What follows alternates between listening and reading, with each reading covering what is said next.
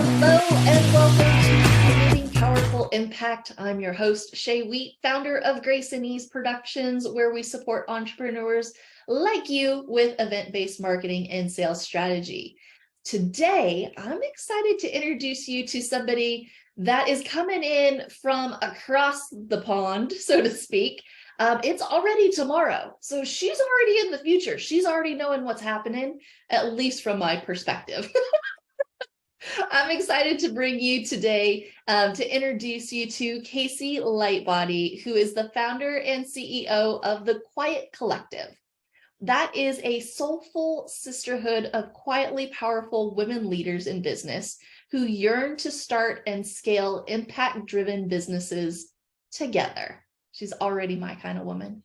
Leveraging her 15 plus years of university education and the work-life experience she gained from living on, get this, 3 different continents and interviewing over 80 industry leaders, Casey has developed a framework that puts the human connection back into marketing and ensures that relationships and who we are at our core are at the forefront and the center of business. So really using this framework, she's been able to start and grow 2 successful, multiple 6-figure plus businesses sustainably. Now Casey helps other introverted, intuitive, sensitive women claim their true power and create their own successful businesses 100% on their terms. Please help me welcome Casey to the Creating Powerful Impact stage. Hi, Casey. Hi, Shay. Thank you so much for having me. I'm so thrilled to be here. I'm so thrilled to have you. I would love, amazing things in your bio, sharing, a little bit about who you are and where you've been. But is there anything that you would like to add about how it is and what it is that you're doing and creating impact in the world today that I might have missed? Yes, Shay, I think I'd love to share the story that really I had to go to the depths of despair to build it back up again and really create this impact-driven business, right? And so for the longest time, ever since I was a little girl, I'd had that dream of starting my own business.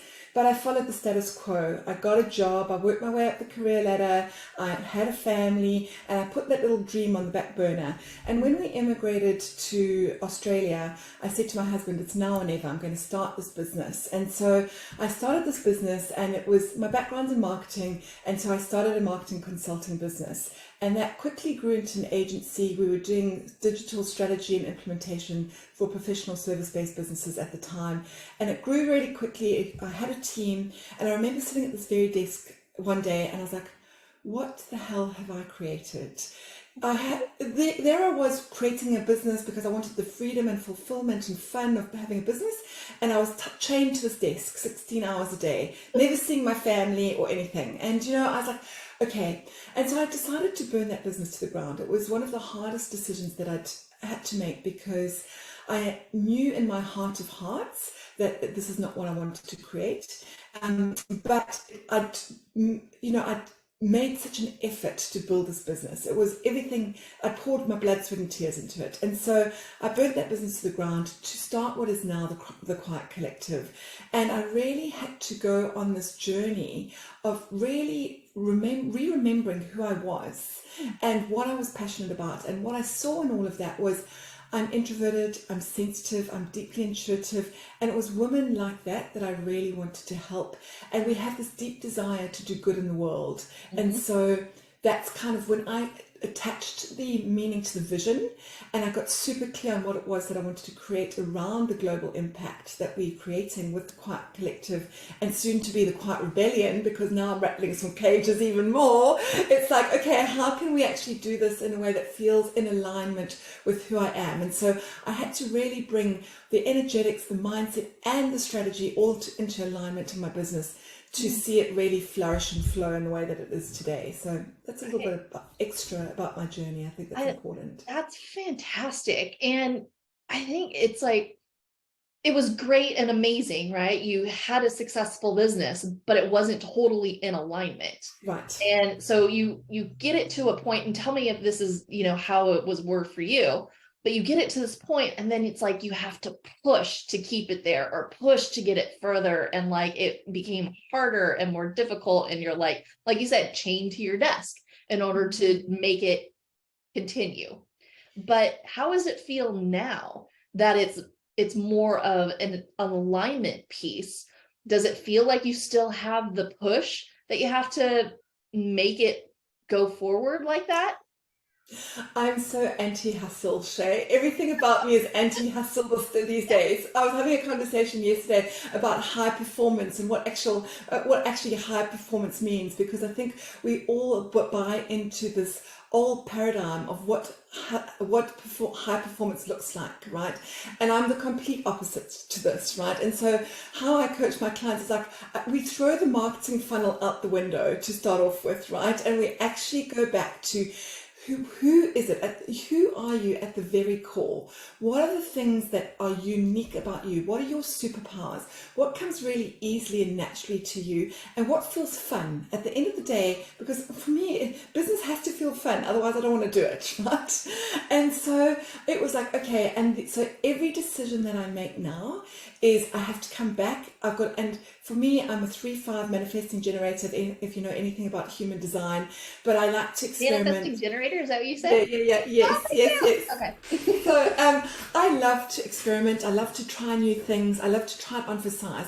But here's what I know about alignment, Shay, is there's two things here. When we are trying something for the first time, as in a tactic or a strategy, we don't know what it feels like. It's just like riding a bike, right? And so I say to my clients, okay, let's hop on the bike. And you want to say, okay, is this uncomfortable because it's new to you? Or is it uncomfortable to you because it's out of alignment? And you want to give yourself some time to be in the practice of all of that. And then over a period of time, as you're measuring with your numbers and your gut and your intuition, so using your discernment and your intuition, you can make an informed decision to say, okay, this tactic is actually out of alignment with me. It's not something that's a fit for me.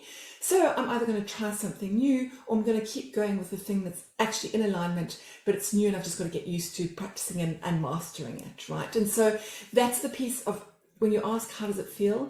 Everything feels in flow now. Now, that's not to say I have the challenges. Life's 50-50. We always have our ups and downs, right? But as much as possible, I try to stay in alignment, and I try to make decisions from a place of my core being, right? My heart, rather than my head. Now, so, okay, that's being in alignment, but how does somebody go about bringing like the human connection back into marketing? Because we all have to market. We all have to, have eyeballs and, people seeing what it is that we're doing and get the word out and lead generation in order to, have potential clients and actually have clients. So how do we bring that human connection back into our marketing? Yes, and I love this because I'm so passionate about this. And I'll share a little story. Is back in the day when I first started my second business, The Quiet Collective, I launched using summits, virtual summits. And it was so fun, right? Events, you hear it first, right? Events, they're powerful. Sorry, keep going. Yes, and I will shout that from the rooftops. I cannot even emphasize it enough, as events are the thing to do, right? It's been such a catalyst in my growth. And so, what I realized was, I'd tried blogging, thinking as an introvert that I should be good at writing because I love reading. I hated blogging. So I went into podcasting because I love to chat. And that then built my courage muscle to be able to host virtual summits, right? And so my very first summit, we had 4,000 women through that first summit, which was amazing and incredible. And what I realized in that, there were so many learnings and all of that. I don't call them mistakes, I call them learnings. But there was so much learning in that. And one of the things that I learned was it was amazing to have 4,000 women through that summit. But there were numbers on a screen, Shane, there were email addresses, right? I didn't have any connection to them. And so I felt so disconnected from those women. It was really hard. And so in that learning, I realized that it's so important to consider quality over quantity, right? So for me, it's not about the numbers at the end of the day. It's about the quality of conversations that I'm having. And so I had to really go back to the drawing board there and say, okay, how can I start these little threads of connection? Because as you start building these little threads of connection, they build into really strong, sturdy ropes. And those at the end of the day are your relationships. And I say that, you know, if you break everything down to its simplest form, business, marketing, and sales are all about relationships.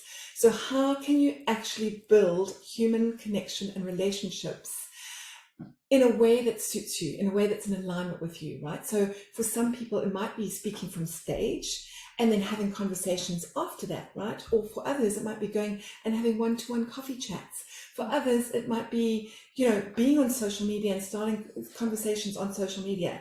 For everybody, I feel like it's different. But if you focus on the human being on the other side of that email address, Facebook profile, phone number, and actually focus on building that first thread of connection and then following through and continuing to build those threads of connection, that is the key for me. That's been the key to success, is really seeing the human behind the profile, you know? Especially, you know, in a virtual space, you know, and when we went through pandemic, like all we had was virtual connections to have. And I'm curious to hear, you know, your perspective in regards to how do we do business differently in 2023 and beyond. But it's like that, looking at the person behind the Facebook profile or the social media profile and actually getting to know them versus, oh, I need to have, you know, 20 outreaches today in order to hit my numbers, in order to make sure that I can have this many conversations and then this many sales conversations and this many clients, right? It's like, yeah, you need to know your numbers, but once you understand your numbers, what you have to hit, then it needs to definitely go back to that human connection. But I'm curious, you know, is that what you're seeing needs to be different? How do we need to do business differently in 2023 and beyond? Yeah, absolutely, Shay. So I think, again, the online world has got noisier and noisier post-pandemic, or I don't think we're ever going to be post-pandemic, but it's in the new paradigm, right? I think it's got noisier and noisier. And I call myself a seasoned chicken because I've been, I feel like I've been on the internet for many years, and I've seen trends come and go and fads come and go. And what I'm really seeing is, because it is so noisy online, I think for me there's 3 P's that I think are really important, right? The first one is your personality, right? So it is bringing all of you online. And I know for those who are maybe slightly introverted or quiet or sensitive, that may be a little bit scary. And what I will share, scary and a bit difficult, and I don't necessarily want to be on video dancing around. Right, exactly. And here's what I want to say about that, is that it's a gradual process, right? To do what feels comfortable with you. For the longest time, I was really shy, and if I was on a video, like if I'd known this was a video interview, I would have said, no, thank you very much, right? I was that shy, like there was just no way. Introvert, no, I can get into a whole conversation about shyness and introversion, which is a complete distraction. But I think bringing your personality to the forefront is going to be so important. So really understanding, what is it that makes you you? Like if you are that quirky person, bring that quirkiness to the forefront. If you are deeply introverted and introspective and you want to actually shift the way that people think, and bring those conversations online, right? Like really bring all of your personality online. I think that's going to be the first thing. The second thing is perspective. And I think really dialing up what conversations you want to be part of and your opinions and perspectives.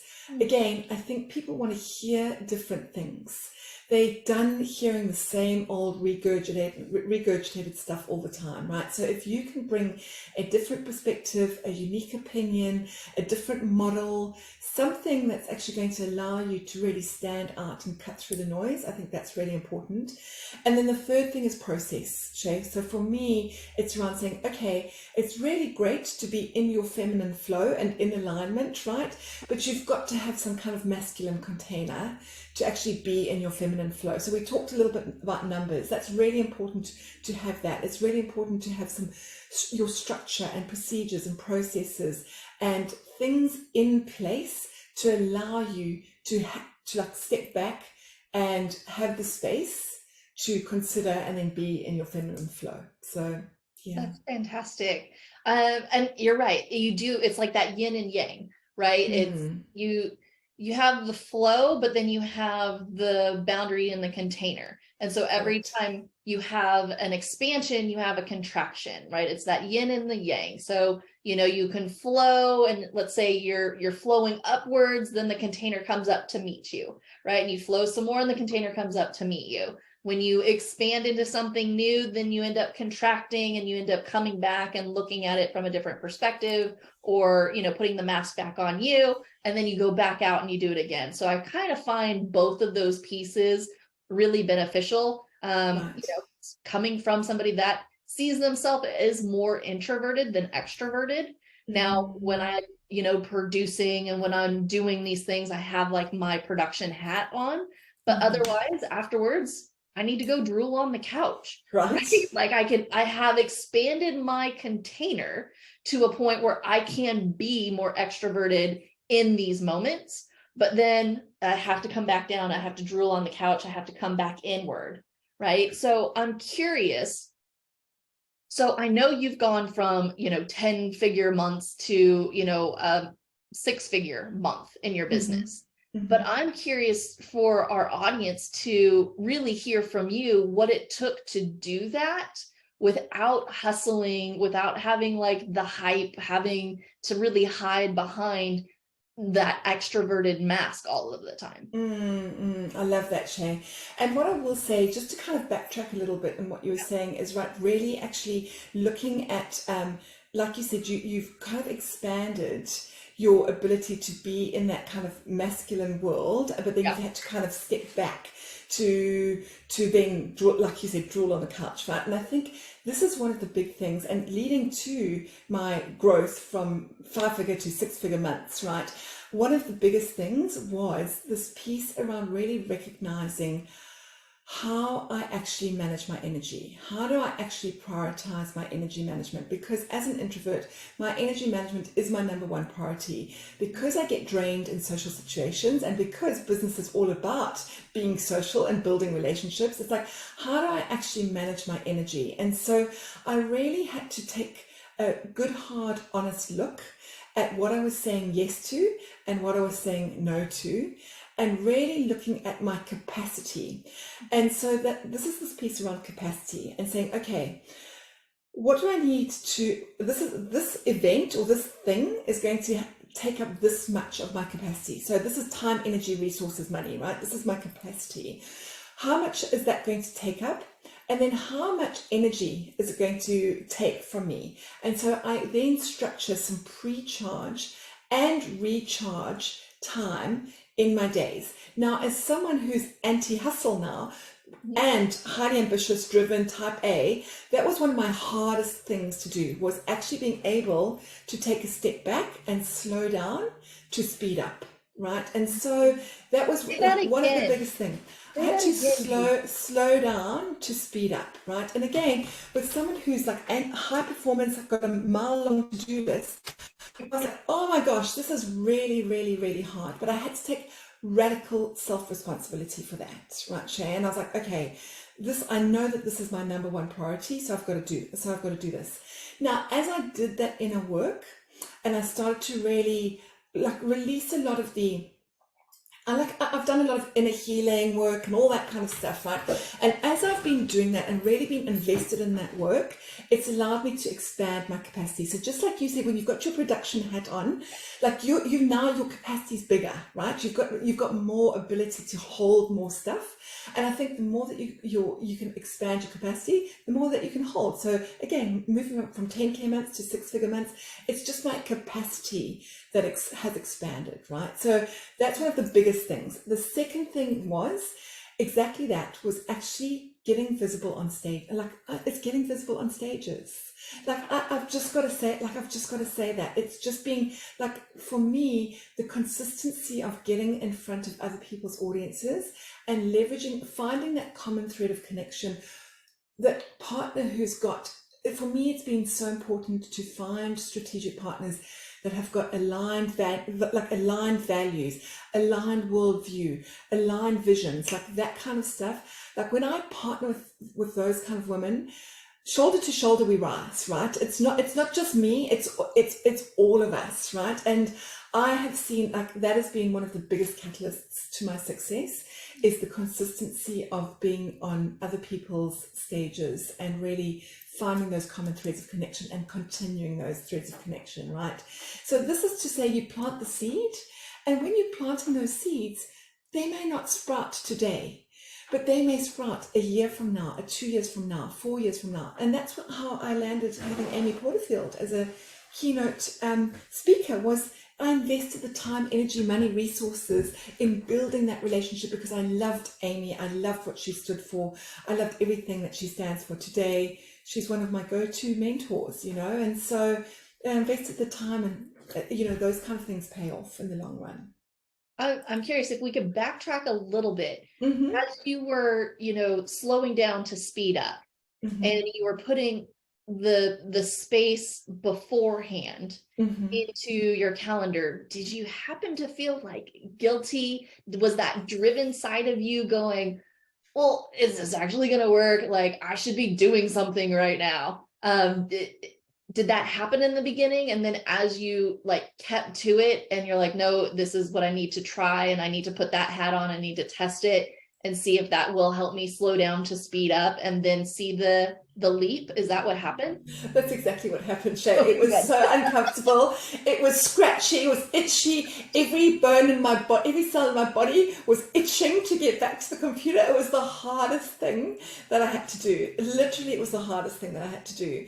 But I talk about the 3Ds that really helped me make big leaps, right? And it sounds so simple, but when you get it, you really get it, right? And it's this decision. And I was like, okay, I'm going to make a decision that I'm going to stick to this, right? It's the dedication, and then it's the dedication, right? Mm-hmm. It's the dedication to that decision, and then it's daily devotion.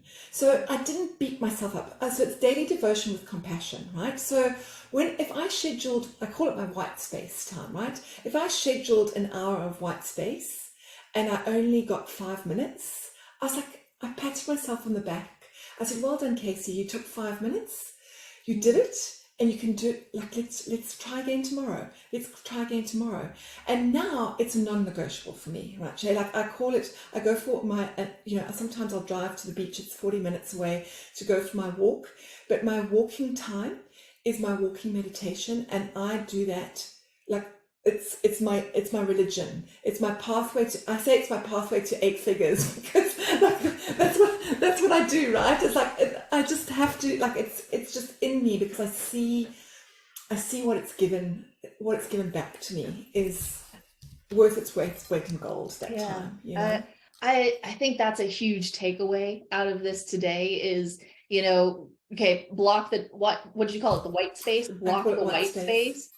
Because I know personally, same for you, like driven, making things happen, have a checklist mile long of everything I need to do, to the point where I was not taking lunch, right? Right. I put it in my calendar. It's like lunch, right? Like it's in my space. Not that I need an hour for lunch, but it's that white space that you talk about of going, leave your computer, leave the stuff, leave the list, and go and play with my fur puppies, right? My fur babies, and like, love on them, and, have my brain decompress and then come back to whatever it is that I'm working on. So I think that's a huge takeaway, amongst other things. Like you've dropped so many diamonds, and I can't believe how quickly the time has flown. So how in the world do people, stay in touch with you? And I believe you also have a gift for our audience. Can you Shay, thank you so much for having me. It's been such an incredible conversation. And for anyone who would like to connect with me, I have a free Facebook group.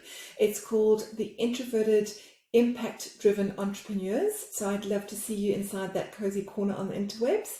And I also have a guide for introverts, specifically how to market yourself without having to hustle, without having to be on social media. It's called the Introvert's Guide to Marketing, and you can find that at quietcollective.com.au/marketing. Beautiful. So we will have that link in the show notes without a doubt. Join the Facebook group. And as we start to wrap up here, Casey, what would you say is, your takeaway, what you want to leave? Is there a memorable note you want to leave our audience with today? Yeah, so I think Shay really hit the nail on the head.